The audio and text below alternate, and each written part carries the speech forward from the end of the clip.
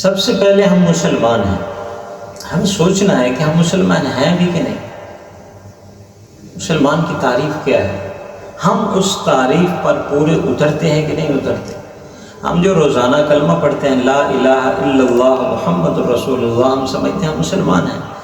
صرف پڑھ لینے سے مسلمان ہیں، یا جو کلمہ ہم سے تقاضا کرتا ہے، یہ جو الفاظ ہم اپنی زبان سے ادا کرتے ہیں لا الہ الا اللہ محمد رسول اللہ، ان الفاظ کے تقاضوں کو میں پورا کر رہا ہوں کہ نہیں کر رہا ہوں؟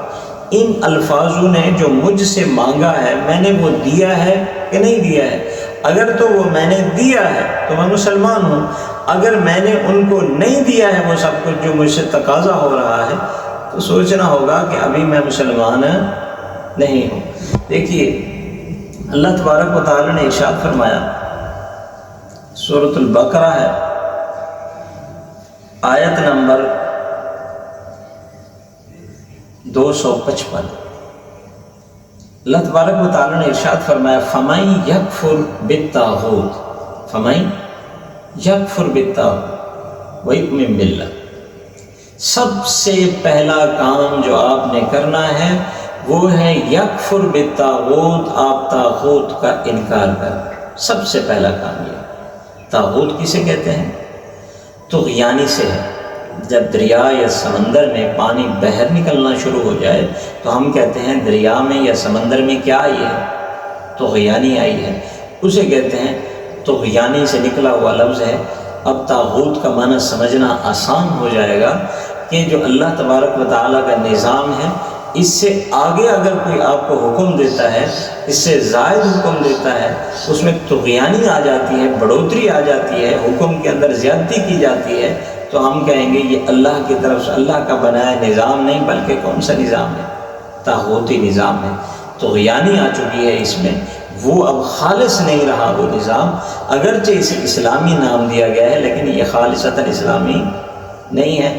اس لیے اللہ تبارک و تعالیٰ نے ارشاد فَمَن يَكْفُرْ بِالطَّاغُوتِ، سب سے پہلے ان زیادتیوں کو کاٹ کر پھینک دو، اس طاغوت کو اپنی زندگیوں سے نکال دو. وَيُؤْمِن بِاللَّهِ، پھر پڑھو، پھر ایمان لے آؤ اللہ کی ذات پر. اب دیکھیے کلمہ بھی بالکل اسی طرح ہم سے یہی تقاضا کرتا ہے. لا الہ، لنے یہ نہیں کہ جہاں دو پہلو ہیں، ایک اس بات ایک منفی.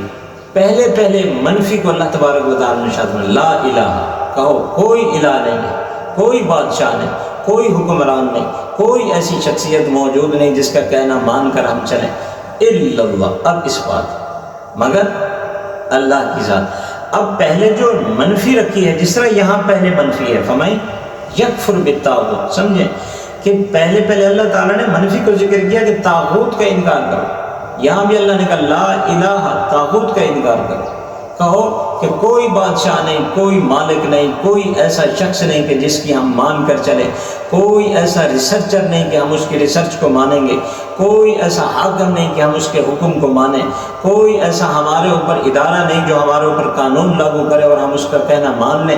لا الہ، کوئی دنیا کے اندر طاقت موجود نہیں الا اللہ، مگر کون سی طاقت ہے؟ اللہ کی طاقت ہے. آج ہمیں سوچنا ہوگا کہ اللہ کے بنائے قانون کو اپنی پیٹھ کے پیچھے ڈال کر انگریزوں کے بنائے قانون کی ہم پاسداری کریں، اسی کے اوپر ہم گامزن ہیں، اسی کے اوپر ہم چل رہے ہیں. جمہوریت کی خاطر ترقی دینے کے لیے ہماری توانائیاں خرچ ہو رہی ہیں.